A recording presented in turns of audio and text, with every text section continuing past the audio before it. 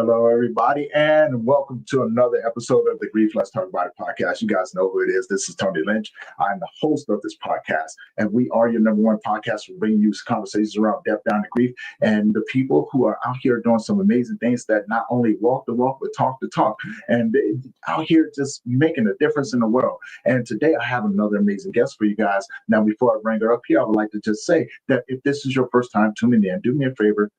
Head on over to their YouTube channel, hit that subscribe button, hit that bell notification so you'll be notified every time that we drop a new episode. Now, and also, if you know anyone who can benefit from the conversation that we have, please share it along with them. You know, our goal is to help people find paths of healing through conversations that actually help you understand that it is possible.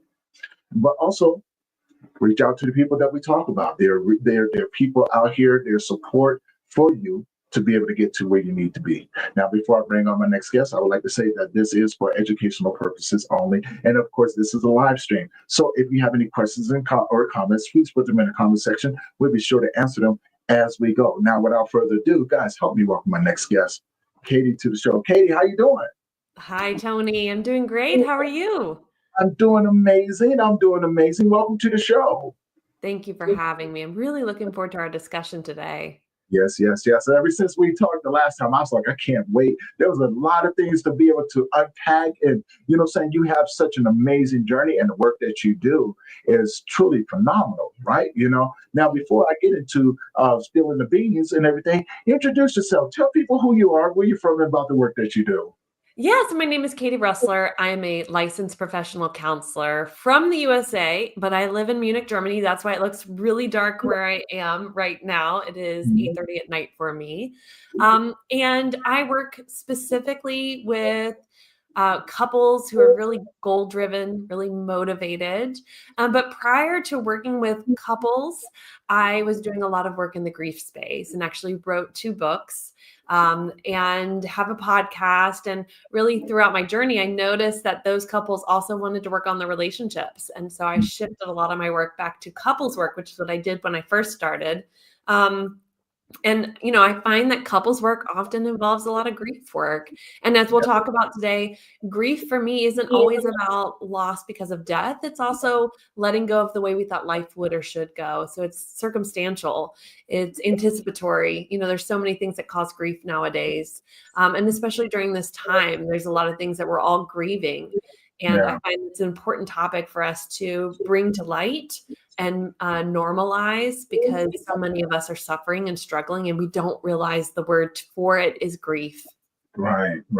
And you know, you brought up something, and I want to touch on it, because I don't think we have so many forms of grief, right? You know what I'm saying? So it's important that people understand, you know what I'm saying, these different types of grief. And you mentioned anticipatory grief.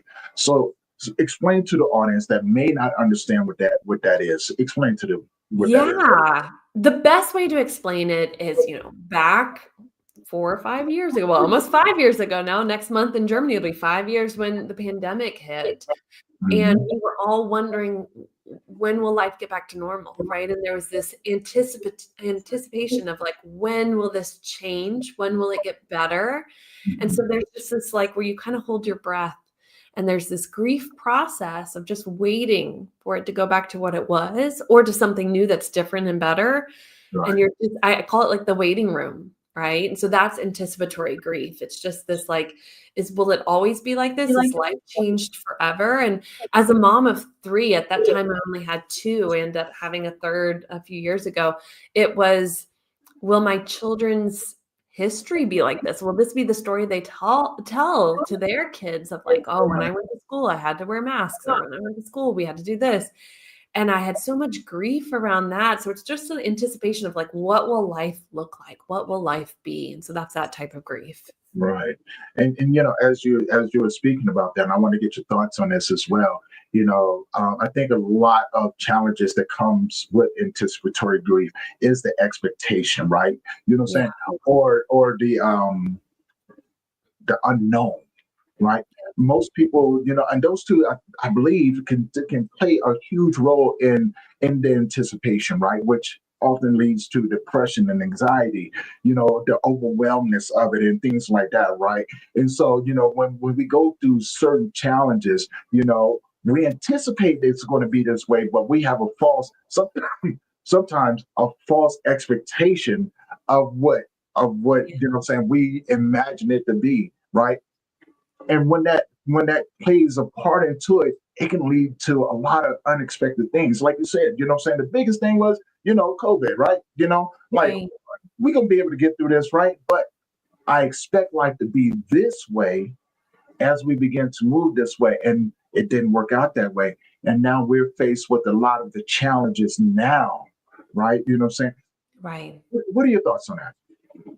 Yeah, I mean, I think what ends up happening is because we're so comfortable and used to how life is going. Right, And this right. is this is beyond just what happens in the world. This is also in our families, our communities, right? And then something occurs and it throws off the system. It throws off how we're used to life going. And there's just this, will the system regulate itself and go back to normal? Or what will this newness be? And do we like it or not? And, I think, I mean, it's like any type of grief. You do have to grieve that the old is never going to come back because just like with the pandemic, we've all been changed by that.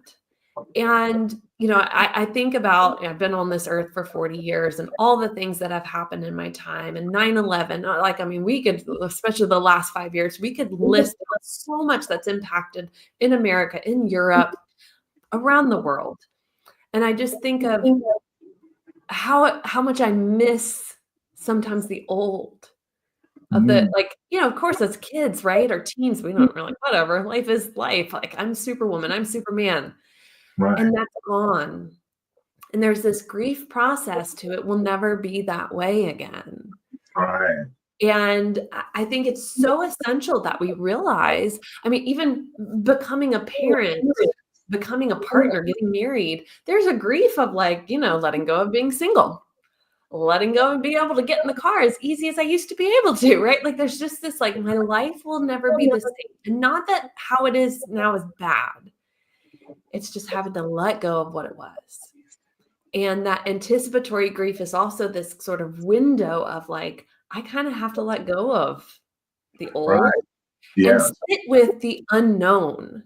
And the unknown is so uncomfortable Oh because yeah. if you're like me, you like a little bit of control. Like I like to know what tomorrow will look like within reason, right? And when you don't have that, it's a panic. I call it like this internal panic, this internal disarray of like, and that causes grief Yeah. because we're just at a loss for what to do, what to say, how to live life. And for some of us, we experience depression, anxiety. For some of us, this is where like OCD tendencies come out, washing our hands constantly, checking doors, making sure things are a certain way because we don't have that control anymore. And, we learned 5 years ago what that's like when it's not because of a choice we make, right? When it's not because of something, our neighbor did or our friend did, but because worldwide this occurred. So this is just the best example of it. But I think we're living in times right now with a lot of anticipatory grief as well. I'm living in Europe. There's a heck of a lot of it. You're in America. There's a heck of a lot of it right now Mhm. where it's just this like, how can you breathe in this? And so we are grieving, going, well, what now? Because we don't feel a sense of control. And that piece is so hard on our minds and our hearts until we figure out tools to be able to start to grieve in healthy ways, how to find community so we're Yes. not alone, how to talk about it so you don't feel embarrassed or shameful for feeling this. Because I guarantee you, almost everybody's going through it. Yeah. And that's the crazy part about it, right? And I was just talking with someone about this, like the communal grief, right? You know what I'm saying? Everybody's going through it. And when you go through certain communities, especially right now with people being deported in mass numbers, right? Yeah. Families being separated and things like we're living this in real time. Like we're Yes. we're watching this unfold right in front of our eyes. Now, Right. you did say something like when a long time ago. So I'm a '70s baby, right? So I got the chance to see a whole lot of the transition, and so when I begin to put all of this stuff together, connect the dots, I'm going, was life really preparing us for what's going on right now? I know, right? Like, I feel like it was like, how many times can a generation get hit and go Right. like, okay, just wait because it's going to get worse. Yeah, like we got more for you, right? And coming from a generation that I come from, it's like we watched, we was there before technology, right? Yeah. And then we got the cell phone. Then we watched the evolution of the internet, right? We went from dial up to having freaking open Wi-Fi everywhere on your phone. Hey, we don't have to pay for minutes anymore, right? But we also had the beeper, right? We got to go to the Yes. phone and throw the quarter in there. The call, oh my God, the beeper's going off, right? We Yeah. went from playing, riding our bikes all over the place to where now we can get anywhere that we want to with an Yeah. Uber. I mean, think about it. We was taught, hey, don't get in the cars with strangers. Now we're Right? calling strangers, right? Right? No, we're like, yeah, I'll get in your car. Like, Yeah, what? no, just take me wherever I need to go. When did we start making? I mean, come on. I got Yeah. to tell you where I'm going. Now you know where I'm at, right? Yeah. So I look at all of these different things, but I also seen the heaviness of people not wanting to let go of Mm. that right there. And and it's really hard to accept this is where we are now, right? We've gone through countless wars, Yeah. right? You know what I'm saying? Where we watch, let's look at the other side of it too, right? Where we um watch other countries get destroyed. Yes. We've watched the people that we love come back from these wars damaged, Yeah. right? And not having their support, the families, right?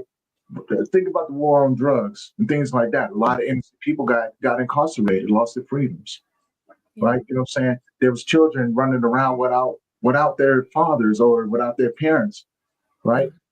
We've watched 9/11. Think about that, right? Yeah. And now to fly anywhere. Now we're like, "Oh, it's normal," but God, I remember those first 5 years, it was like, "This is not normal, and I do not Yeah, like this, and I don't wanna take my shoes off, and why am I having to go through this machine?" right. And all of it. Yes. And Yes. so we added in so many different variables, right? Yeah. We've watched the mental health epidemic blow out of the freaking water. Things that we've already anticipated, right? We knew that it was going to happen. We didn't know it was going to happen on the level that it did, Right. right? We're looking at addiction rates go through the roof, right? And on your side of the board, you're watching couples struggle, Yes. right? Now, Yes. now, before we get into that right there, and I want to get your thoughts on that in a little bit later, Yeah. but how did you get into having a passion to be working with these couples? And as like you said, you was helping them deal with grief. Then you got out of it and came back to it. Right. Right. Yeah. So, what was your journey like that led you to this and going? You know what? I Yeah. like this over here because I have my own experience with this, and I think I can use this to help other people. Right, right. Yeah. Sadly, the journey of me understanding my grief started with a really big loss of my mom that was quite sudden. And for anybody who's lived overseas, you know that, of course, nowadays it's really wonderful. You can message each other and video chat and things, but when you lose someone when you live overseas, it is it's like a big shock to the system because you're not there where you see them every day, but they're supposed to exist there. And so when I got the call in the middle of the night here, but daytime in the States, that my mom was found in her bed and she had died in her sleep, I was you just in a bit of like, "Wait, what?" Like, any shock that you would be anywhere, but to get to where I needed to be there at the home with my family was an international flight. And in that time was just so much shock and so much disarray of like, wait, my reality was shattered. I Mhm. often describe it like my compass was just spinning. Like there was no north anymore. There was no actual direction. And so it really started with that loss and the shock of I call it I always said my mom was sort of like my memory keeper, right? She had the best memory and I'm like the worst.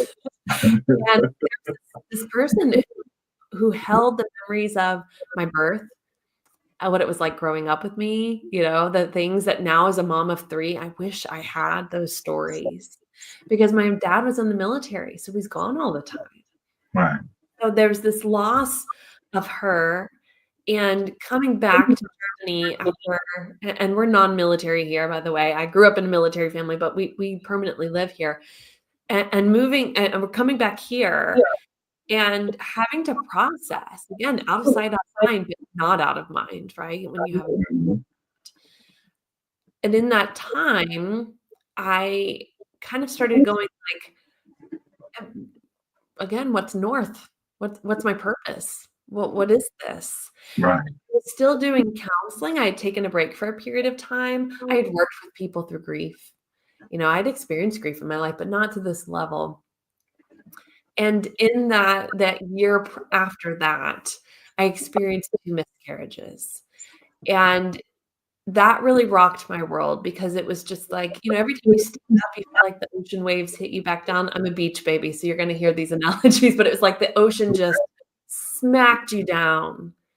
And then you're like coughing up all the water and you stand back up and it was like another smackdown. And as I stood back up after that second miscarriage, which happened on Christmas, I remember saying, I will not go into 2020 with someone having to say, I'm so sorry. Right? Like when you're grieving, a lot of people like to say, I'm so sorry that happened to you. I'm so sorry. I'm so sorry. And I was like, I refuse. I will not have another year of this because I had 2018 and I had 2019. And then the pandemic hit. And I was like, well, I think we're all saying I'm sorry to everybody. So Yes. time where I had more time at home to sit and think, to really sit with that grief, to sit with the wave crashes and the wave crashes and going, okay, what do I make of this? Because though I knew better, there's still that little piece of us, that little kid in us that's like, well, I didn't deserve this. Why does this keep happening to me? And it's like, oh, wait, no, life just happens, right? Like, Yeah. and you know this story. It's like what you make of it. Yeah. You can't do why does this keep happening to me? Because that makes you the victim. So I really got into this place where I started journaling. And we're stuck at home all day long. And in Germany, they were very strict about it. So we were inside for sure. And I'm just journaling and I'm writing and I'm writing and I'm writing. And I start seeing people posting on social media about their grief of what's happening, but they didn't understand it was grief. They were angry. They were scared. They were sad. There was just this complete stress overload of like, how do we live our lives this way? They're buying all the toilet paper and all the canned goods. And it was like, guys, you're grieving. Yeah. And I started writing that. I started going, this is grief. This right here is grief. And people were like, wait, what? And I was like, grief is not just about death. And that was the point where I realized all the things I'd been journaling about was how my life had shown me grief was actually a very normal human experience.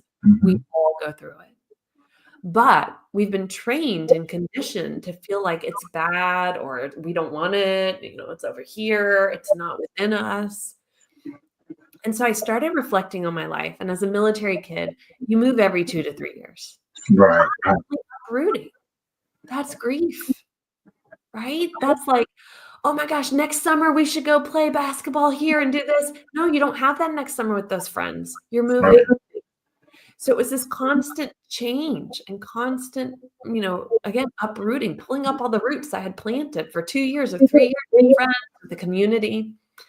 And then my parents divorced when I was a teenager. And when you're a teenager, you have a clue what's going on, right? You kind of hear the things, you know what's happening. And I realized there was grief in that. I had lived for 14 years of my life with parents together. And then that was like ripped apart. And I was watching what was happening. And there was grief in that. And so I realized grief was a normal part of life changing in our lives. And the more I started talking about it, the more I realized we don't talk enough about this. We don't talk about the fact that grief isn't just about death, but that grief is also about loss of the way we thought life would or should be. So as I started writing these things, I started having people reach out to me more. And I had a friend who said, you need to write a book. And I was like, well, I've been journaling for the last 3 months. And so I sent her some of the excerpts from it. And she's like, this is your book.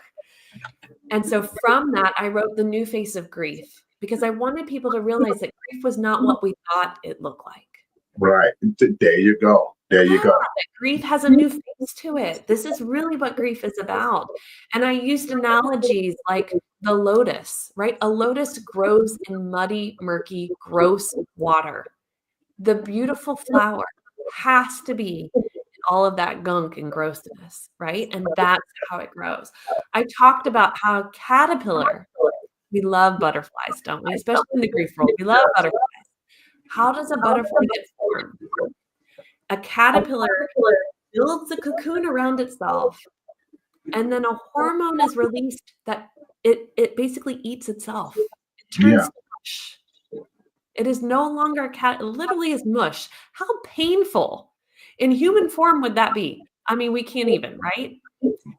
And then when it's completely mush, an enzyme is released, and then slowly the platelets are formed. It has to become mush. That is grief. And the more that we start to understand that nature has been showing us that grief is normal, that winter will always come, but so does spring. I feel like it really opened doors for me to start to have conversations with people to help them realize, I'm grieving. I'm grieving infertility. I'm grieving pet loss. I'm grieving, the loss of somebody I never knew but influenced my life. I am grieving moving. I'm grieving change. I'm grieving like the world not being the way I want it to be, right? All of these things, when I started to speak that message, it really rang to the hearts of people that like, this is what I've been going through. Yeah. In that process, I worked with a lot of men and women, and they would say, my partner needs this too, but we as a couple really need it. And so I've been doing couples work. I took a break during the pandemic because I'd worked with a lot of couples in crisis, and you kind of burn out when you're working so intensely every night, working, taking care of couples and such. And then I said, okay, I need a pause. So I took a 3-year break, focused on grief work. And then I had a client go, hey, would you be willing to work with my partner? And I was like, I'll get my feet wet again. Let's see. Yeah. And 15 years of working, whether it be individuals or couples, always focused on healthier relationships. And so I just dived right back into relationship work. And it was so funny because I thought, oh, well, then grief work will be here and relationship work will be here. And then I realized there's so much intertwined. It is grief work when we're letting go of, wow, this is not the marriage I thought I was going to have or the relationship I thought I was going to have, but it is its own beautiful thing. I just have to figure out what that is. Right. And so that's the work that I do now. So that's a short version, but it's kind of long of my story of how I got back to doing couples work, but it still involves grief. No, I love it. And we got a couple comments over here on Instagram. Megan Wonderland. The first comment is everybody experiences grief, but not everyone understands the definition of it. Right? You know what I'm saying? And this is something, you already know. We talk the language of grief. It takes, grief is complicated, but yet simple. But depending on the individual, right? You know what I'm saying? You will understand that grief has many definitions depending on the sort of grief that you're experiencing, right? And the next one, Megan Wonderland also commented, grief it's similar to mental illness. Most people don't understand the various ways and forms that it takes. Grief is bigger than life because we all want to live, but we are terrified to die. Right now, I want to get your thoughts on the comments and things like that, and then I'm gonna add to what was being said, because one thing that I've understood in this realm of grief is that there is no right or wrong definition for it, right? You know what I'm saying? It's perception. Whatever a person can perceive it to be, that's what it's going to be for as to the perception of their reality, right? You know what I'm saying? Right. As someone in grief, we have to be able to pivot. Right? We have to be able to pivot in conversation and understanding. Now, depending on what you do, right? If you specialize in one type of grief or another, right? That's going to be what's going to make the most sense to you. Mm-hmm. Right? You know what I'm saying? But in so many ways, it takes us as a team, as a village, as of supporters to be able to understand, to build upon those different levels to make us more effective in the lanes that we're in. Um, Yep, the same thing. Lincoln Smith said on YouTube, grief also has different levels of it, and of how it affects each person. Again, same thing, right? So you see how all the, like you said, Katie, all of these things intertwine with itself, right? Yes. You know, and when you can take mental illness, when you can take trauma, addiction, right? You Yeah. know what I'm saying? Homelessness. If you can look at that in its whole totality, you would see that it's part of it. Right. It's all part of the same thing, right? Right. And that's why it's important to have people that specialize in these different ways. But it's also important to learn how to work together to open up the doors, right? I love this statement right here, and it's from my buddy over in South Africa or Africa. He says, "You Westerners don't know how to grieve, right? You always overcomplicated things." I was like, exactly, right? You know. Yes. So with those statements right there, I want to get your thoughts on, and then we'll definitely open up the doors for a more in depth understanding. Yeah, definitely. So I agree. Everybody kind of has their own definition of grief, but if we keep it so minimal of like it's only death, right? Like only when somebody dies, then I grieve. And it's only for a year or whatever, if we give a timeline or whatever, you lose sight of where grief shows itself, which is how we grow, right? We grow through challenges. If my life stays mundane and normal, I'm never really going to be challenged to grow. So when we can open up the doors to seeing that grief comes in different forms in different ways and we experience it all differently, we open ourselves up to the growth that it brings, the butterfly. But we have to go through the cocoon and the mush. Another piece that I find is I love that she said, that we're afraid of dying. Our brains will often see change as the equivalent to, oh my God, I might die. Even if it's something where you're like, no, it's just change, it's like something different. Mhm. But because we're so protective, our survival instincts will take place, right? We will see a poisonous snake when it's a caterpillar. We will, like, our brains will protect us from even something that vaguely looks like something that could be dangerous or unsafe or things like that. So often our fear of dying doesn't even have to do with something in our lives that actually could cause us death. And we will experience a grief response in that. So often we have to be really mindful to check in with ourselves. I love what your friend said in Africa because it's so true. We in the Western world believe that grief is a very individual experience. And yes, grief involves solitude. Now, solitude is not isolation. Right. Solitude is like, let me get in my boat and row off to my little island. I just need to cocoon, right? Like I need me time. But what happens is the brain starts to trick itself in a negative way and go, well, nobody cares anymore. They're not writing to check on me. Like nobody loves me anymore. And they're like, nobody cares. Instead of they're respecting my wishes for solitude. I didn't respond to their messages. I didn't call them back. I didn't say thank you for those things that they were bringing me. I just kind of let it be. And in grief, we do that, right? Like we pull away. But our brains will start to go, we're alone. Nobody understands. Right. Nobody cares. And that's where it becomes isolation. That's when we got to get back on that boat, row ourselves back to the mainland and go, I'm still here and I need help. And I Right. feel like in areas like Africa and in Asia where they understand you need your family and your community around you, right? We need to grieve together. And there are other communities in the Western world who are good at this too. But where they say we come together, then the grieving person rarely has this feeling like I'm completely by myself. I am Right. completely alone. It is that I know that I am grieving and I will be able to stand through this because I have XYZ with me. And I think that is something the Western world in general, we believe we got to go through all of it by ourselves, right? Like this whole like, I'm on my own, I'm self-made and stuff. It's like, geez, really? Actually, I love that quote about like um, that wave, that tide that rise brings all the boats up with it too. Uh-huh. We have to be in community. We have to bring ourselves up so that we together can move forward. You Right. have to have grief in a communal way. It can't just be isolation, right? A little bit of solitude is great, but you do need others when it comes to that. And I so appreciate in the African cultures, there's dancing, there's singing involved, there's chanting, Yes. there's moaning, Yes. there's wailing. Why is that not acceptable anymore? I don't understand that, because when I was grieving the loss of my mom, my oldest and my middle child were 2 and 4. My 4-year-old would come in just crying and be like, "I miss my grandma."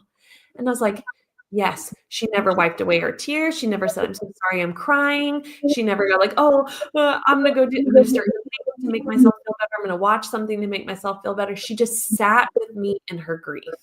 And I Yeah. thought, that right there is what we're meant to be doing. We're allowed to wail and cry. We're allowed to scream and yell to the point where you have no voice.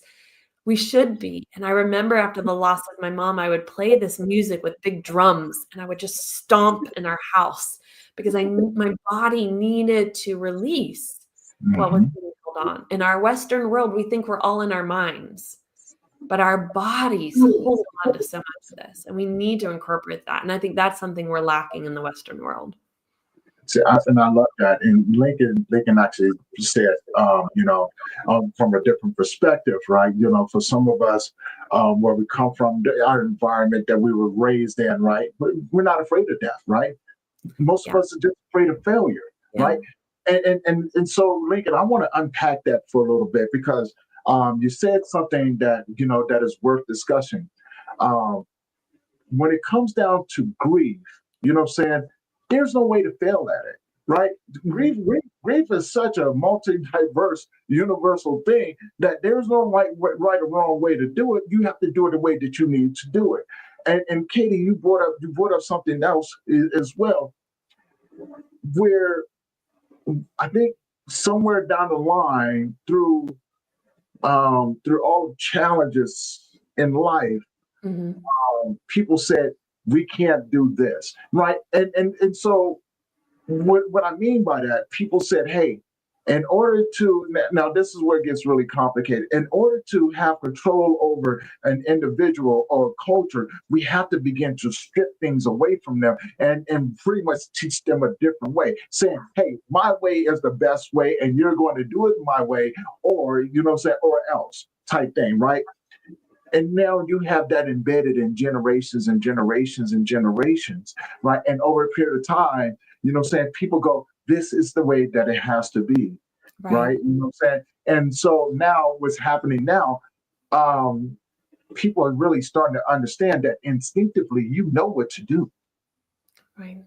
Instinctively, right? Yeah. And that's something that you can't take away from anyone. Yeah, no, and that's what I mean. Like, and what I'm saying, well, I understood what you was talking about, and that's why we opened up the doors to have the conversation. I understood what you were saying when you said it, and it's not the failures of grief; it's the failures in beliefs and things like that, and that's why we're doing this now. Because it's part of it.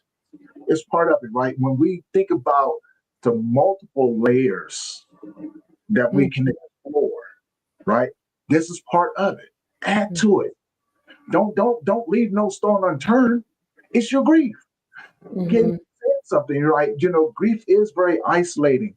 Here's where it gets complicated because sometimes people will be in a situation and they go, I want to respect this person's time, Yeah. right? I want to respect their space. And in that moment, the person who's going through it is going, no, this is when I need you the most, Mhm. right? You know what I'm saying? Yeah. So until we can learn to articulate what we need from other people, there's always going to be an assumption of what we want, of what we may expect this person or what we think another person needs, right? You know what I'm saying? Right. So this is where it gets that's the complicated part about grief. Right. Ready Right. to talk about that.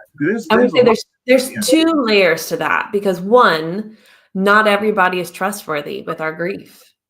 Not everybody knows how to handle it because they've not faced their own grief. Right, right. And when you haven't faced your own grief, you're getting uncomfortable with other people's grief. That's why we've learned to like keep it in our own little bubble. Like, oh, this is Mhm. mine. I don't want to make you uncomfortable. I'm so sorry I'm crying. I know that makes you uncomfortable. And it's like, geez, really? We are so careful about other people's comfort level to the point where we'll make ourselves physically sick holding in our grief Yeah, because yeah. we don't want to make other people uncomfortable with their own grief. Like, it gets really backwards. We have to be really mindful of why do we hide our emotions about things? Why do we hide our grief? When in reality, we can find those people who have done it in healthy ways, who have grieved. You have to have a good eye for this, though, right? It can be really easy to think, oh, it'll be that best friend who's always been there for you. But then you're like, oh, wait, you actually never really grieved. You never dealt with your stuff. Right. I found, especially during the miscarriages, there were people who came out of the woodwork. I didn't realize who'd ever had a miscarriage, but as soon as I started saying out loud, I have gone through this, they started to share their story. They didn't share it in normal everyday conversation. But that was the point where they said, I've been through that too. Hey, you want to go get a coffee? Like, I want to listen to your story.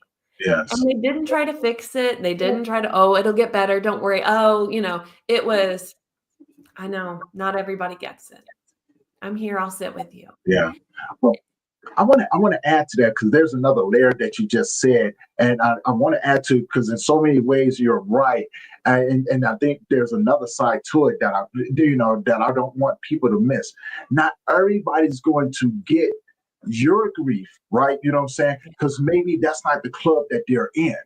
Right. So Right. a lot of times what people have to understand, look, grief is one of those things that, you know what I'm saying, that you're going to experience at some point in your life in many, many forms, right? You know what I'm saying, whether it be loss or, you know what I'm saying, or the job or a car or a house and things like that, right? You know what I'm saying? Maybe loneliness, right? Maybe, you know what I'm saying, and so many different aspects of it, right?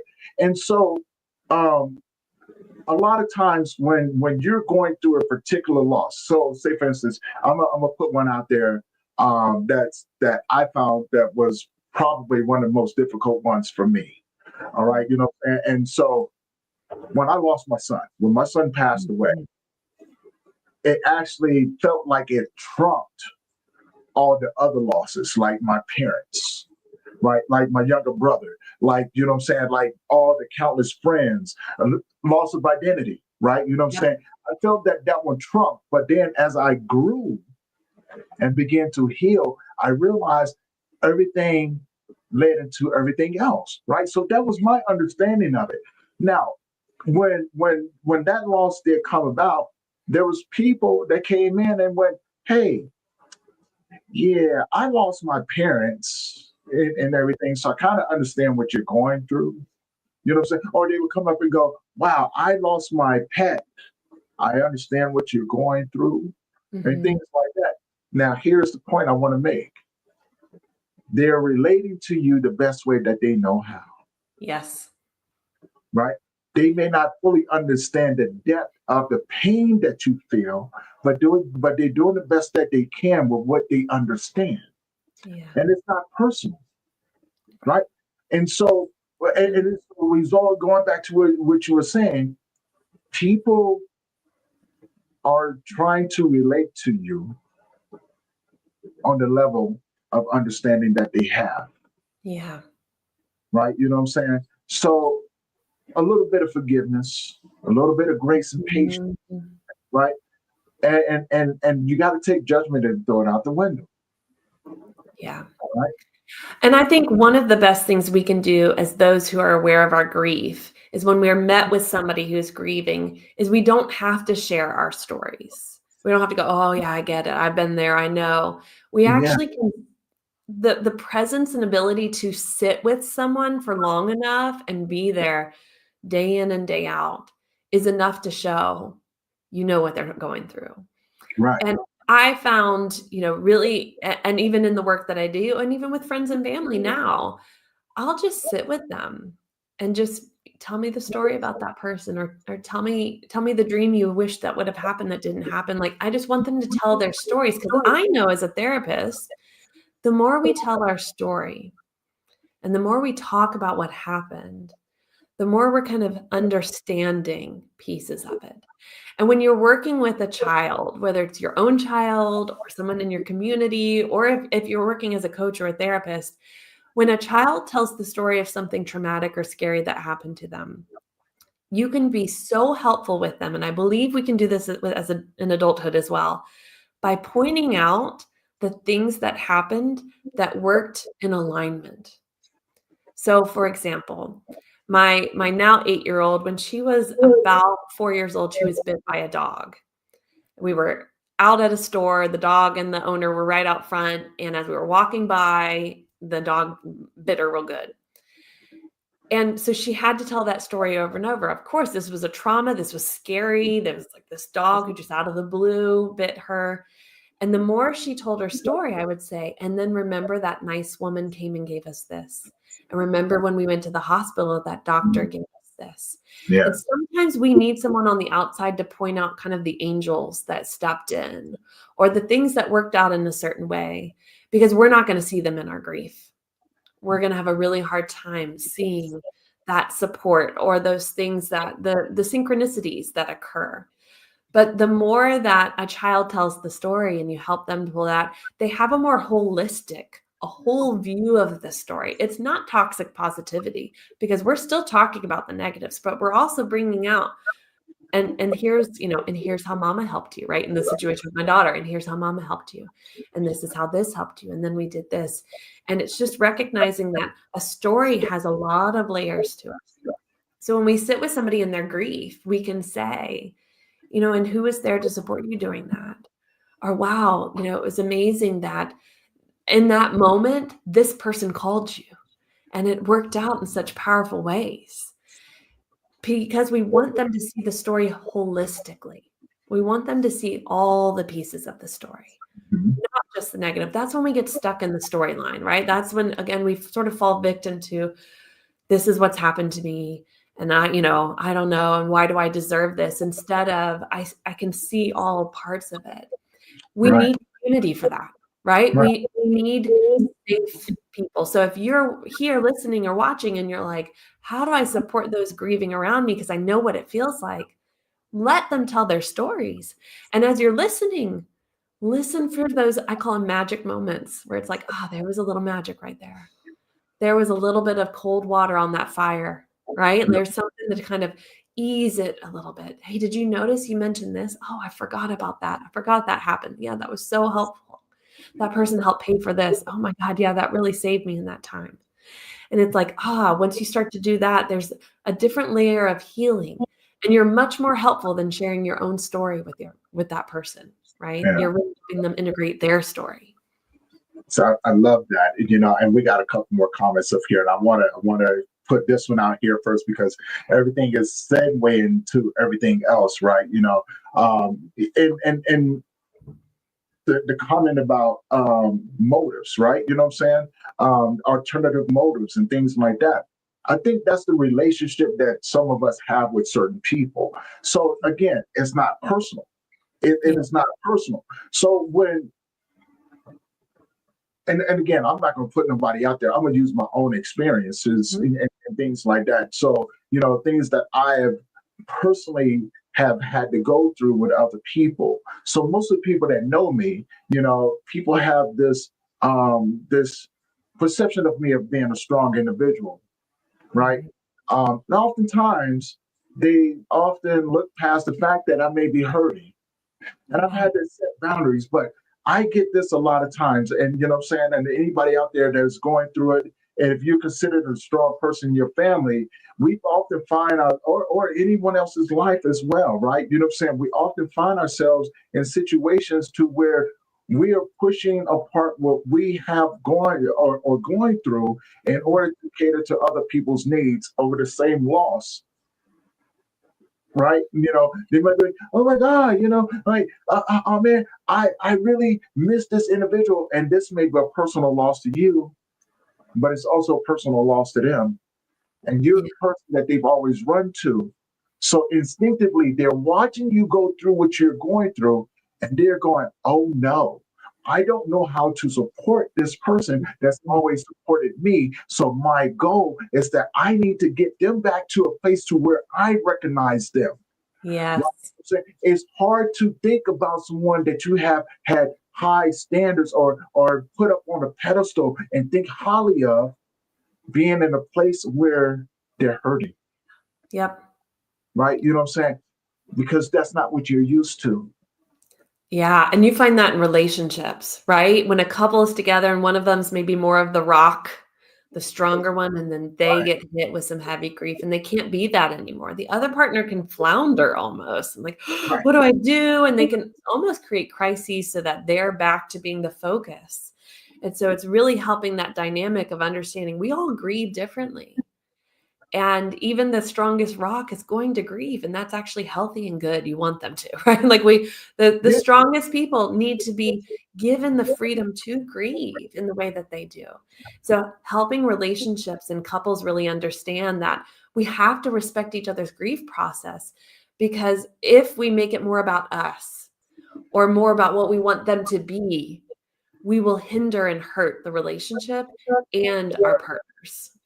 But see, that's the part of isolation, right? Yeah. Because a person who's been strong their whole entire life, that's been strong for so many other people, when we feel as if we don't have a place to be vulnerable, right? You know what I'm saying? We have to begin to go, I can't do this right now. And it's a pushback that no one really expects, right? It's like, I'm gonna have to push you back. You're not going to like it. But right now, I have to do what's necessary for me. And people look to go, wow, that's being selfish, right? I needed you to be able to take this burden off of me, right? Yeah. I know what you're going to see. And this is where human beings, we're messy. We're human Yeah. beings, right? And I love that for us, right? I love the fact that we are messy. I love the fact that we do put things out there for us to be able to bring it to the forefront and recognize it. But when you're in it, you don't really see it, right? Right. You know what I'm saying? Because that person that's in it is like, oh wow, you're just gonna just like push me off to the side, and you're very selfish. Like, Yeah. what do you mean that you need to go do something? Like, what do you have a time, right? Right, when will this be done? Yep. Right. When are you going to be done doing this? Because I need to talk to you about something, right?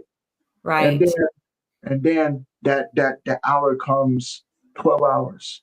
12 hours become 36 hours. Next Yep. thing you know, you got 3 months where you're just like, I can't do this. Yes. I can't do this, right? And then other people are like, well, I've just lost my friend. Yeah. I um I Yeah. really need to talk to my friend because I'm I don't know what I'm supposed to do. And you become lost, right? Right. And And I think isolation. men struggle with that a lot because they Well, not don't just know. let's look, men and women both, right? Yeah. You know what I'm saying? So Yeah. let's not like men, yes, struggle a lot more deeply in that area. But Right. I don't want to take nothing away from my women as well, right? You know what I'm saying? Because women will go through the same things. Think Mhm. about this real quick, Katie. If you are a mother, if you are the oldest sibling, Mhm. right? You know what I'm saying? You know that deep down inside, you still have to be there for your children. You know that your siblings are looking up to you, Yep. right? Depending on the authority that you've always instilled within them, they're still looking at you. You will go, right now, I can't do it, Right. Right. right? Yep. And your kid can be talking to you right here in the present moment with you, and your mind is somewhere else because Yeah. you're trying to escape. You're trying to figure out how can I be strong in this moment when you know what I'm saying. And Lincoln said it. Inside you're dying. Inside you're falling apart. Your whole world have fallen apart. Here's where I'm glad that you brought up the relationship aspect, right? Because in those relationships, we forget, right? You know what I'm saying? Mhm. We forget how to come together. Yep. We forget how to step away, right? I love this quote that Lincoln just put up there. Perfect segue. And, I love you, but I love me more, Yes. right? Yes. You know what I'm saying? So everything kind of segue into everything else, right? And again, it's the multitude of layers that can be added to this complication, Yeah. right? You know what I'm saying? But that's what makes it such a beautiful thing. It's Right. something to be explored, right? You know what I'm saying? It's something to be Right. explored. Let's open up the doors. Let's explore them, right? Yeah. But let me get to a place where I can heal, Right. you Right. know, and not being afraid to allow people to come in and out of your life, right? People Right. are there to serve a purpose for that time being. And when Yeah. it's time for them to go, don't be upset. Let them go. Right? You'll see them again, but they've gotten you as far as they need to, and now you may have to walk a little bit alone until Mm. the next person comes in to be able to grab your arm and go, hey, let me walk with you a little bit. It's like the Wizard of Oz. We found the yellow brick road. Let's go figure it out, right? You know what I'm Yep. saying? Let's go figure this thing out. And there's a lot to unpack right there. What are your thoughts? What are your thoughts about it, Katie? Yeah. I think that goes back again to, making sure that you, as best you can, have a community around you when you're grieving. But I loved what you said is that some are going to come and some are going to go. Mhm. Because the ones who sit with you deeply in your grief probably aren't going to be there through the rest of like regular stuff because they're not meant to. They really are meant to be there with those like buckets of cold water through the fire to really help you. Mhm. And I think sometimes then we hold on to those people like, I'm going to need you to be able to keep on and going on. They were just there to be that support during our cocoon phase of grief.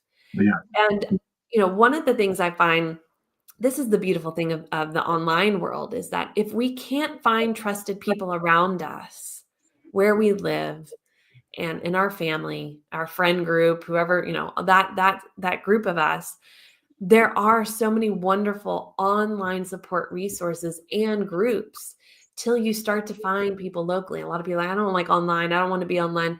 But if you don't have anybody, then there's no reason not to find something locally through the online world, right? Whether it be a meetup, whether it Yeah. be something in the city near you that, yes, maybe you've got to drive to, but there are going to be support groups and things that will be there for you. And not being afraid to attend them, not being afraid to reach out and talk to those people. Because often we feel shame and guilt because we've been told that grief, sadness, scared, the fear, all that anger, that's your stuff, not mine. We don't want to feel that. We don't need that. But when you go to a group like that, when you go and work with someone like that, when you find that community, they don't push you away and they don't tell you to get in a box. Yeah. They say, you're welcome as you are. Yeah. Share your story. It's okay. We want to hear it. They're very open and welcoming. Yeah. Well, we got a few more comments up here. Yep. The Greek pyramid theory, you know what I'm saying? Jay Lewis, he's another guy who has a podcast, right? You know what I'm saying? And he's all about the Greek pyramid theory. Beautiful work that he does, right? You know what I'm saying? So he can be able to relate to this, what I'm about to say. He says the lonely walk of grief is interesting. You said something too. Great segue into this, right? Because it is a trust factor. Yep. In this moment of the lonely walk of grief is where you're building trust with yourself. Yep. Right. First and foremost, before you can trust anyone else to be able to give you what you need, you first have to trust yourself. See, grief is such a beautiful thing. It's such a beautiful thing because it teaches you so much. Is the phrase that I love. Trust is earned. Mm. Trust is earned. So grief is one of those things that will put you in a situation to where you have to earn trust with yourself. And what I mean by that, you have to trust yourself to do what you need to do, right? You have to trust your instincts. You have Yep. to trust your own thoughts, right? Because Imposter syndrome is real. Imposter syndrome will come in and punch you in the mouth and tell you, hey, what do you think you're doing, buddy? Oh, no, you're not capable of doing this. Like, you're not equipped to do this, right? So you have to practice discernment in this area of earning trust. You have to listen to the voice that says, hey, stand up. It's Yes. okay. You got knocked down. Right. It's part of it. Right.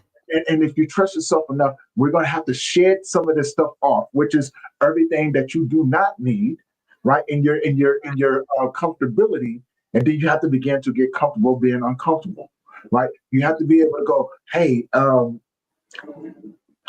comfortable with this over here. I'm comfortable with this chaos over here, but man, I really want to see what's on the other side of there because I love that little patch of green grass that I see right there. And they don't understand that it's already something that you planted over there. You're just afraid to go over there and see what you planted, right? See, people in so many ways, they love to sow, right? You know what I'm saying? These plants of goodness. Don't know how to harvest it. Don't know the season of harvest, right? They don't know that, hey, over here, you know what I'm saying? I've already, it's over here is I'm comfortable, right? You know what I'm saying? Because I can be who I need to be in order to survive. Right. But right. who am I if I let go of that and decide to go over here and live? Right. Right. And we got a couple more comments. I want to put this up here real quick because it is something to unpack. Jay Lewis, says, the grief empowerment theory, community does not have to be close. Sometimes your tribe is not the people you have known. Sometimes it is collaborating with like-minded individuals. Exactly. Right? You know what I'm saying? So that's one comment right there that we can unpack. Here's another one. The fall is part of gaining strength. You must go through the dark cave in order to get to the treasure. And again, this is what we talk about anticipatory, complicated, disenfranchised, the all different segments of grief. And I was just talking with somebody else. I was like, there's so many other levels to grief, right? There's so many other forms, right? You know what I'm saying? There's compacted grief, there's communal grief, there's compared grief, there's shared grief, hereditary, there's genetic, right? You know what I'm saying? All of these different things, if you really have a really good understanding of the definition of them, all work as part of the same unit. Exactly. Exactly. Unpack this, Katie. What are your thoughts on these comments over here? We have some beautiful people leaving some amazing comments over here. Unpack them. Yes. I want to speak to what you were talking about, the grass and even that you were talking about the dark cave and stuff. I honestly believe that most of us are more scared of our own resilience than our grief. I think staying in that grief state is much more comfortable because when we go into the world of, wow, I am resilient, that sheds the skin of people we don't need in our lives. That sheds the skin of habits we don't need in our lives. That sheds the skin of behaviors and being in places that we don't want anymore. And so when really we step into our resilient nature, that's scary. That's that grass and that, there's the garden finally. And I often find when I work with clients specifically in grief and the methodology that I like to use, I will say, do you not see all the resilience of the things you've gone through? And they're like, no, I just see look how awful this stuff that's happened. And I'm like, wow, you're stuck in that grief, right? It's hard. It's scary. It's part of accept our resilience. Yeah, it's part of it. Absolutely. And you have to learn how to be proud of that too. It's funny. We'll be proud of other things like, oh, I was so good at work and I did this and look at me about these things within the context of what's comfortable for our friends and family and our community. But the moment we really go, wow, I am resilient and I don't need this anymore. And I don't need these people anymore. And that's the moment where we do kind of stand alone until we realize, no, there's a community like us too. And it's sort of that, like-minded people that birds of a feather flock together, right? You start to find others who are resilient. And then you look at, you've experienced this, Tony, the more that you interview people and you hear their resilience and they speak from a place of resilience and not a place of grief, You are uplifted. You feel your resilience even grow stronger. Versus if we just sat here and let's share our stories of grief and and let's just sit in the grief and, I'm a victim of this, then we're going to stay dense energy, right? We're going to be like this stone weighed down at the bottom of the water, and the lotus is never going to come out. Right. And go, resilience. Right. Here is how I've taken what life has given me, good, bad, whatever word you want to give it, and turned it into something that I can stand upon and become who I am now. Right. But this is the issue. People go, well, I was able to do that. You have to do it on repeat. It isn't a one-time thing. You will have grief throughout your life. You will have challenges throughout your life. Even 10, 15, 20 years later, you'll be like, God, why is this? What? Like, I thought I got through this. Life is just life. So it's being able to learn from your experiences. Oh, okay. I remember what that cocoon phase felt like. I remember that feeling of isolation. I know how to build that community. We have to learn from our past experiences so we can stand up on that rock of resilience and go, I know, I'm confident. It's not imposter syndrome. I actually do know how to handle this. It's been a little while, but I know how to. And the more we surround ourselves with people like that, who can go holistically, again, I'm going to tell the story of the negative, but I'm going to point out the magic moments, and I'm going to stand on that resilient rock. That's when we start to create change in our communities, because we can hope for the next generation that grief is normal. And here are ways, not here's the way. Here are ways to get through it. And I think that is the piece. A lot of people don't like the 5 stages of grief, and they have all sorts of stuff they want to say about it, but they don't understand the history of it, how it was, the research, why it was created, what the purpose of it was. But people have taken it and ran, and it's all over social media. And I'm like, if you're going to talk about it, at least know the history. But it was created researching people who had terminal illness. Hey, you're going to die. You've got 3 months. You've got 6 months. You've got a year. And the woman, Dr. Kubler-Ross, was studying how they were responding over those months and going, wow, I've noticed these phases, not stages like 1, 2, 3, 4, but there's these different things that occur. And she just put it on paper. I'm noticing this. Here's the trends. Here's the things. Well, then people grab that and just ran and go like, oh, the stages, these are stupid. No, there's a history and research to it. It gives us the starting vocabulary to do more research. Better understand. That's the piece with there are some big grief theorists out there. Maybe somebody's listening feels the same way, who really bash the stages. And I'm like, you are losing sight of the vocabulary it gave us back in a time when we didn't have a vocabulary, because it was only about terminal illness, grief. Right. Then people said, wait, the family members of those people are going through this too. Like, look at that. Hey, they're experiencing these emotions too. Oh, wait, people who've had other losses are having these emotions too. It gave us the foundation. From that, we've built skyscrapers in the grief space. Yes. We can't, you got to give it a little bit. It's like in the psychology world. I'm not a Freud fan, but he did set some foundation for us better understanding psychology and the psyche and what was going on. And because of his mistakes, we have grown even better, right? Because of the mistakes of grief research at that time, which weren't mistakes at the time, but now we see them as, we better understand grief. So there's no need for us to bash any theory or research on something when at that time it gave us the starting point to where we are right now. Yes. And I love that you brought up that too, right? Because there's a few comments in here that segues right into that, right? You know what I'm saying? Understanding the language behind the stages of grief, understanding the history, where it was come from, that it was research done.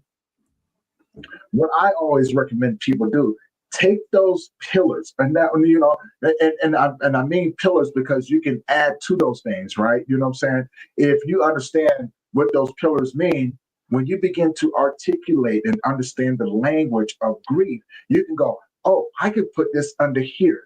This is part of bargaining. This is part of the anger. This is part of, what I'm saying, this, and then you can begin to add to it. This is your journey. Yes. Right? You know what I'm saying? Add to them so you can have a better understanding of what your grief means to you, Yep. right? You know what I'm saying? So and I love that you brought that up. Bleeker Smith put this one there, which is another great segue. We need to also be careful because some people end up using those people trying to be there for them. That is part of it. Yeah. Okay. When we look, and here's where I really want people to understand. Maybe you agree with me, maybe you don't agree with me. Either which way it goes is perfectly fine. Your perception is reality. When we as grief practitioners step into your world, we step into your world with the thought of you taking advantage of us. You take advantage of what we carry because it is not ours. In that moment, it is yours, right? Yeah. And don't worry about all the rest of it. And at some point, we do know how to go. Hey, right now, I need to go and recharge. Now, this is where it gets real tricky because this is where the understanding needs to be on both sides, right? Okay. Tony needs to go and recharge right now. Let me give him some space so he can go and breathe, right? Yeah. Let him go take some self-care. So, what I'm saying, when I step back in there, I'm like, hey, come on, let's walk this thing, right? As Yep. they say in the song, let's walk it out. Let's walk it out, right? You know what I'm saying? And we're gonna figure it out as we go. I don't have all the answers. I don't. You know what I'm saying? But they're not my answers they're not my answers to have. They're yours. Right. I'm there to walk you to your next destination, and whatever that looks like along the way, that's what I'm here for. So, Right. what I'm saying? Yes, you have to be careful, but you also have to be mindful of the understanding. Like I said, this is grief. There's no right or wrong way. And depending on the people that come into your life, they're there for a reason, and some are there for a season, Yep. right? But they all serve a purpose on what you need. Are people going to have really bad intentions towards you? Probably. Yeah. Part of it. Not everybody knows how to deal with that, but that's not it has nothing to do with you. Yeah. It's not personal. See, hurt people hurt people. Sometimes people will see that vulnerability and go in there and you never know what you've done to them. Yeah. Right? You don't know. They may be coming and going, I got you right where I need you. So how and then they coming in with the impression of, well, you remember how you got me? Well, this is payback. And that's called you when you're down. It happens. Yep. All right. You know what I'm saying? You can't take it personal. Sometimes you're gonna have to sit back and go, why would this person do this? And then you may be reminded, oh, I did that to them. Or maybe you did that to someone else. Right? You know what I'm saying? And it's sometimes life has a strange way of coming back and teaching you. Maybe you may not do this again. Do you like it when somebody, no, I don't. Then don't do that to no one else. So you're fine. You'll be all right. Keep it moving. You'll be just fine. Jay Lewis says in his last comment, you know what I'm saying? We are comfortable in the discomfort because sometimes feeling like a victim is temporary comfort, right? You know what I'm saying? Absolutely. Right. Yes. And so sometimes sometimes people get comfortable being a victim. Who are we to tell them? You know what I'm saying? Sometimes people just need a little bit of grace and patience. Totally. Right? You don't know their story. Totally. I always say we will go for a comfortable hell over an uncomfortable heaven because we don't like to be uncomfortable. But the moment, again, we step on that resilient rock, we realize we got to get uncomfortable. We got to turn to mush before we become the butterfly. And then heaven comes, right? Then positive comes. Then that realization of growth comes. But we will stay in comfort, even if it's hell. And that is such a big challenge for the human nature. It is human nature. I've worked with couples on regular repeat situations where I'm like, you're stuck in a cycle because it's comfortable. It's been comfortable since you were a kid, but it's a hell for your relationship. So how do we start to shift that? So we have to work on that in our grief work too. And again, the segues are just, guys, keep bringing them in there. You can put your comments, you know what I'm saying? Put your questions in there, right? You know what I'm saying? Let's open up the doors. Let's have a dialogue. Let's talk about it, right? Jay Lewis puts it up here. Being open means that they're looking for help and they may not intentionally, but they are unconsciously selfish. So Yep. again, we open up the doors for the subconscious mind and an unconscious mind. They want their needs addressed even at your expense. Yes, you know what I'm saying? And you're absolutely right. But again, this is part of it, right? Yeah. If you open up the doors, again, relationship is important in this, right? If Mhm. you open up the doors for that to happen to you, you have to begin to look at the relationship that you have with that individual. You also have to factor in what are the expectations that have been set. If there's no expectations, can you be upset for them being the way that they are? Have you set the intention of the path that you're walking with them on? Have you set the boundaries and said, this is where the lines I can't cross? Have you done that? Have you articulated these things? Again, being someone in the grief field, these are things that needs to be talked about on all Yeah. ends. You cannot expect someone to assume your expectations or your intentions if you have not voiced them Mhm. the proper way and learning how to adjust as you go, as their needs are being met. Again, being a victim is easy. I could point the finger at you all day long. The question is that, you know, when I do this, how are you going to respond or are you going to react? Again, Yeah. hurt people. So if I'm pointing the finger at you, I'm looking for the emotional reaction so I can feed off of how are you going to respond. Well, and the opposite side of hurt people, healed people heal people. So if you're not feeling good around someone, then that's not someone to be around right now. Right. I think we should segue into let's talk about what are the things to say to create healthy boundaries when you're grieving. 'Cause I think often people kind of go like, okay, well, I hear what you're saying, but like, I don't know what to say, or I don't know how to ask for what I need. So like, Tony, I think because you and I, we know grief, what are some things that we can teach people to say? And I would start with when someone says or does something, they send you that quote, that meme, that whatever, like, "Oh, things happen for a reason," whatever. You can say, "I appreciate the sentiment and your care, but when you send things like that, it makes me feel worse." Right. Right.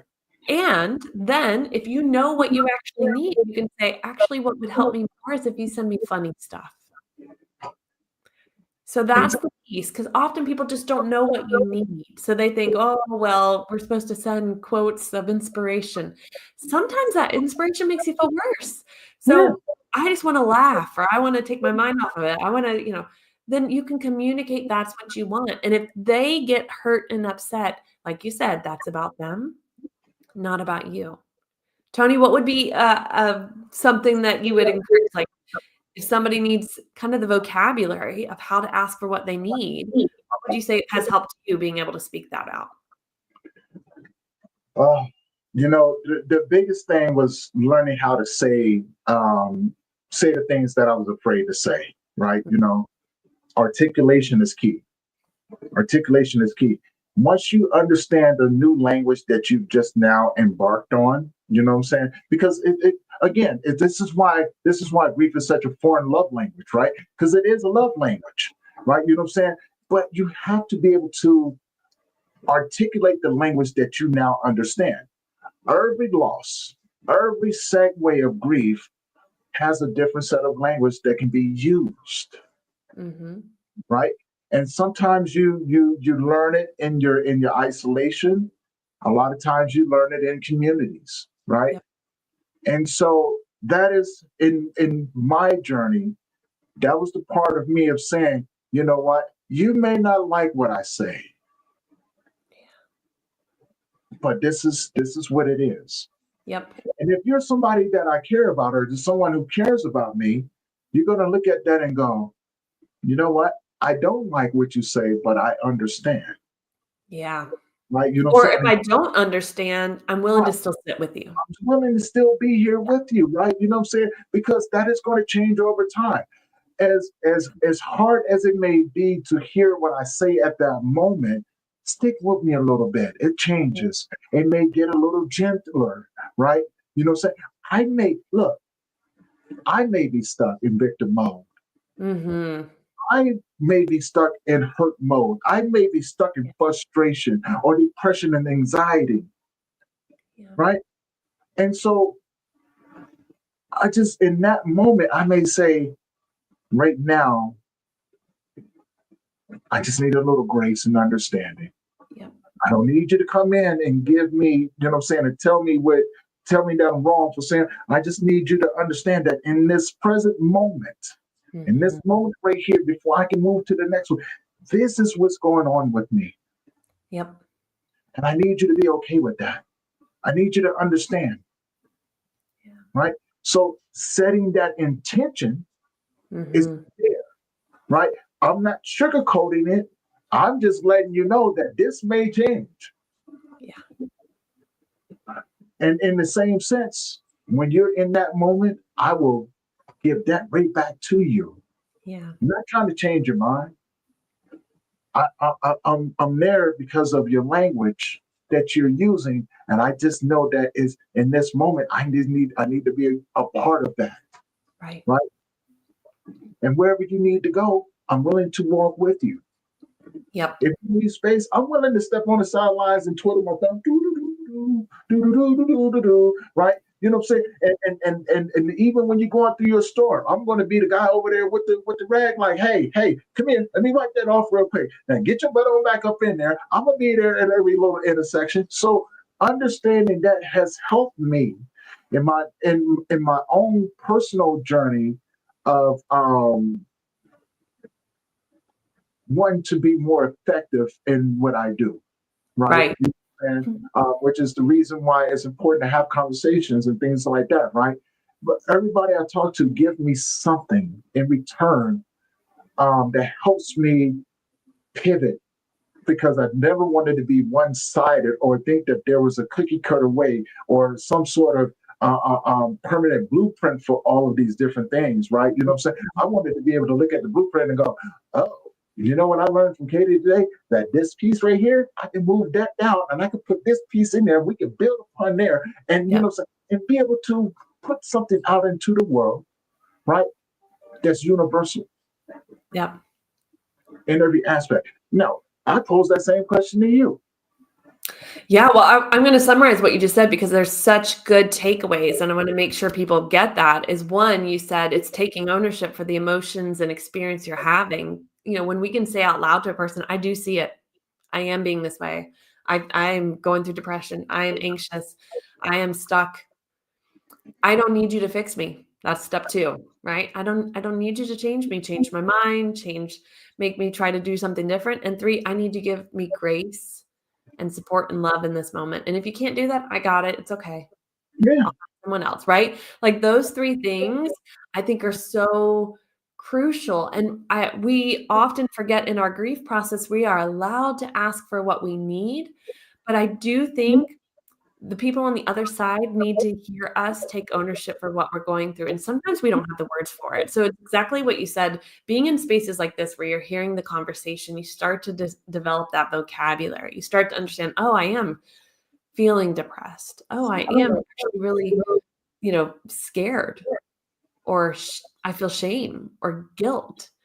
And I don't know how to say that out loud, but I can say I'm angry, right? Mhm. Anger usually shows up first. I can say I'm really angry. I don't have all the words for it yet. So when I'm ready, I will reach out, but it doesn't help that you keep asking me how I'm feeling and how I'm feeling and how I'm feeling. Right, right. To say those things. We have permission to say that. And we also have permission to tell people we need space and that we will reach out when we are ready. But then you got to reach out, right? That's the piece too, that often we're like, I'll contact you when I'm ready. And then we don't. And that Yeah, person's hanging. yeah.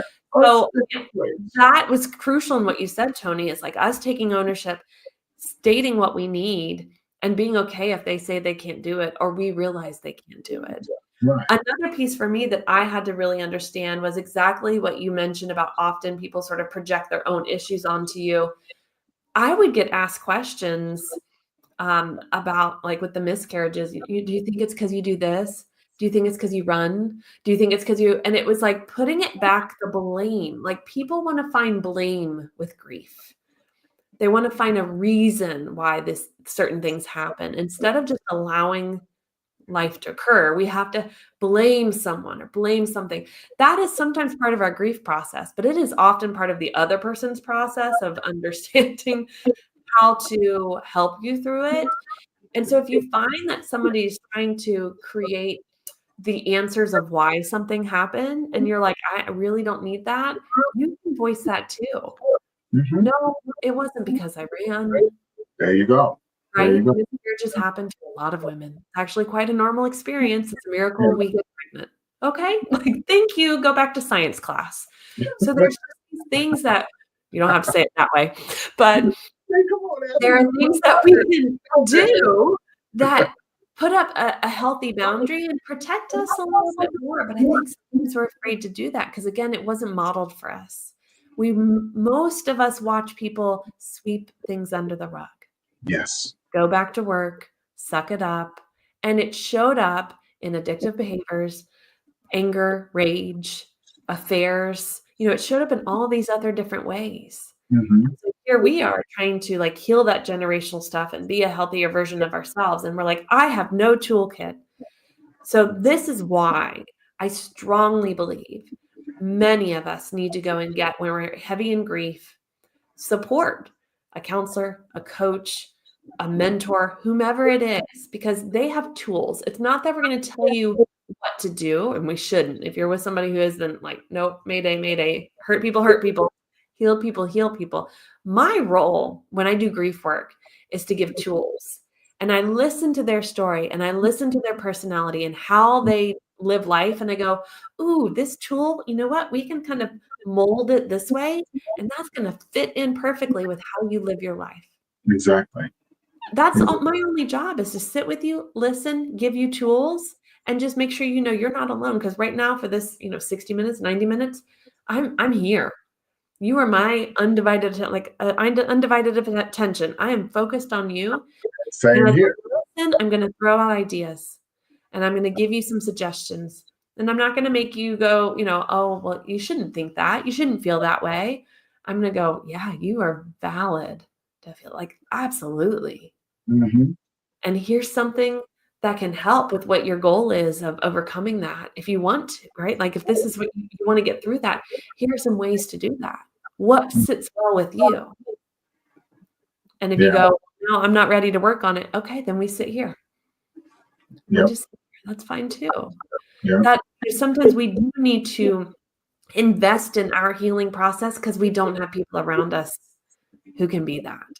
And I Right. don't think there's any shame in that, and I don't think there's any taking advantage in that. I think I loved what you said, is that we know as professionals, people are coming to take advantage of us in the best way possible, Right. Right. right? To gain from our wisdom, to gain from not only our life experiences, but our professional experiences. Yes. I'm going to be very careful how I ask questions because I understand the psyche of individuals and I understand mental health. Whereas somebody else could just throw out a question and it Right. cuts to the core of you and it hurts. And you're like, Hmm. I'm not safe anymore. Well, it's not taking it personal, right? Because it's not personal, right? You know what I'm saying? When we get into the messiness of others, of wanting to be of service to other people in their grief, you know what I'm saying? You realize that it's not personal, right? Because we were once, and here's something that I want to put out on the forefront. Before you expect people to be where you are, remember where you were. Remember Yes. how to where you were, or where you are right now, right? So it's not personal. You was that person on the other side too. Right. So don't get upset when someone does it to you. You have to know how to pivot. This is what makes you who you are. Yeah. This is what makes you effective in the lane that you have chosen to walk in. This is part of it, right? You know, there was something that happened over Valentine's Day. So I'm gonna use my own personal experience with this one, right? Um, during the holidays, those that know me know that I don't fare too well. I don't, Mm. right? It's a time of reflection for me. It's a time of getting myself together and things like that, not isolate, right? For me, it has nothing to do with anyone else. There is there was an individual that had an expectation of me. Mm. And I had just just put something out on social media saying, hey, you know, I do understand that this type of year, there are some people that are celebrating the love. They're celebrating the couples. They're celebrating the partnerships, the companions, and things like that. For some out there, they're celebrating their first time. They're struggling with the idea of the new reality that they're in. There are some people that are celebrating years of this, and their reality is just becoming more and more prominent, right? You know what I'm saying? So although that you're celebrating this wonderful day and things like that, be careful about the people on the other side before you wish them happy Valentine's Day. Yeah. Right. You know what I'm saying? For me, it was a time of reflection. It was a time of saying, I can't do this right now. Yeah. Right. It was a time of me saying, this is my world. Yeah. And people may have taken that personally. I get it, but it had nothing to do with them. The only thing I asked before it even happened, hey, have a little understanding that I may not be okay. Yeah. But instead, they chose to say, well, you didn't do this for me. You didn't do this. And I said, you know what? You're absolutely right. I didn't. Because I was too busy taking care of me. Yeah. As that quote just said, that Lincoln put up there, I love you, but I love me more. And if you want me to be the best version of myself, this is what I need. Yep. You don't have to give it to me, but I will take it. Yeah. And however you deal with it has nothing to do with me. So this is where I was in that whole little journey, right? So everything that we've been talking about, setting those boundaries, you know what I'm saying, hoping that people understand, but also understanding not everybody is going to understand. And you have to be okay with that. Right? The complicated grief, the anticipatory grief, the disenfranchised grief, everything, all the messiness, the lotus, right? You know what I'm saying? In order for that lotus to open up, sometimes we got to suck in some muddy water, right? Because that's what makes it beautiful, right? And then you get to look at it and be like, ooh, look at what's inside of there. Yes. Right? So it's all part of this journey, right? And understanding that not everybody needs to be in a season that you're in right now. Sometimes they have to step outside of their season and show back up in the season where they're going to fit a little bit more comfortably, right? You know what I'm saying? And being okay with everything. It's okay, right? It's not personal. It's not personal, but okay. Final thoughts for you. Final thoughts as we get to wrap this up. See, I knew we was going to have a great conversation. Yes. Yeah. No, I think my final thoughts in general is just a reminder of how normal grief is, that it is not just about death, that there's a resilience in all of us that, again, we can be scared of because it's just so much comfortable to be stuck in the grief or the victim role of it. And like you said, just understanding that other people's responses to your grief isn't whether you're doing it right or wrong, it's their own stuff. And they're kind of projecting it onto you. So it's essential that you find that one or two people or that community that helps to normalize and validate what you're going through so that you know you can work through it. And I love that you kept saying that, like, hurt people, but healed people will heal people. So you really do have to find those people who walk through the storm and know how to sit with you through it too. And I think that's essential. That is very essential. That is very essential. Now, before I let you go, Katie, I got two more questions for you, right? First question is, how can people find you? And do you have copies of your books that you can show people where they can? Yeah. Oh, I got okay. I'll pull them down for you. Yeah, sure. First book is called The New Face of Grief. You can find on any online bookstore, Barnes & Noble, Target, Amazon, any of the places. Second one is called Giving Birth to Motherhood. It's for those women who've experienced traumatic or challenging birth experiences. And it's part journal part book, and it teaches you a therapeutic way to write your birth story, to heal, to be able to tell the story without thinking, how am I going to tell my child later on how they were born in that experience, because I don't want to talk about it again. Because it's so essential for kids to have their birth story be able to be shared in a way that feels like there was a good start to the, coming into the world kind of thing. Right. So those two books you can find online anywhere. I have a podcast called Relationship Reset. So if you've been with your partner for 10 years or more, we talk about how to really rebuild our relationship in a stronger way, not because anything happened, but because we've been together for so long. Now we know how to do it better. So we start to restructure and learn better communication and trust building. And then you can find me on Instagram at katie.rossler. You can find me on LinkedIn, Katie Rossler. And then, of course, my website. I'd love to connect with you. And if you're in a season of grief or you and your partner are going through challenges, please reach out. I'd love to be a support.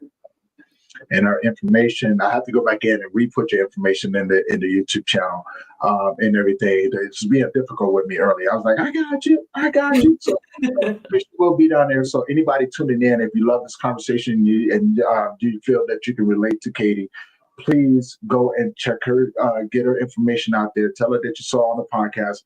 You guys already know from the conversation, you guys are going to be in good hands, right? You know what I'm saying? You may have to do a little adjustment through the times and things like that, like, you know what I'm saying? But, you guys already know, you know what I'm saying? Our job is to make sure that you are in hands that can help guide you through what you're going through. Now, one last question for you, Katie, before I let you go. Yeah. If you had a superpower, what would it be? Oh, man, I would snap my fingers and be anywhere I wanted to be at any time. I would just love to be able to do that. The part of that's living abroad, and also because there's so many places in the world I want to travel to, but traveling nowadays takes forever. And I really like to snap my fingers. Airplanes are falling out the skies like dead I flies. know, right? I'd rather just do this and be like, yeah. See, I'm here, and I'm back home tonight. I would love that. I think that is truly amazing, and for everyone who have been tuning in, leaving their wonderful comments, and being a part of this beautiful conversation and everything, guys. Thank you so much for allowing me to keep bringing these conversations to you guys, and for anyone who have not already, and you enjoy these conversations, please do me a favor, head on over to that YouTube channel. Hit that subscribe button, hit that bell notification so you'll be notified every time that we drop a new episode. But more importantly, go and support the guests. Go check out their YouTube channel and enjoy their content over there as well, right? And maybe, just maybe, right? Maybe these conversations aren't for you just yet, but you just enjoy listening to them. But you know someone who can benefit from the conversations that we have. Do me a favor. Share it with them, right? You know what I'm saying? Let's get them coming in and get them the support that they need and deserve, right? From the people who not only walk the walk, but they talk the talk, and out here doing some amazing things. And with that being said, guys, this is going to close out this episode of Grief Let's Talk About It podcast. Thank you guys for tuning in. I'm going to see you guys in the next one. I love you. And, guys, have a great, amazing day. Peace.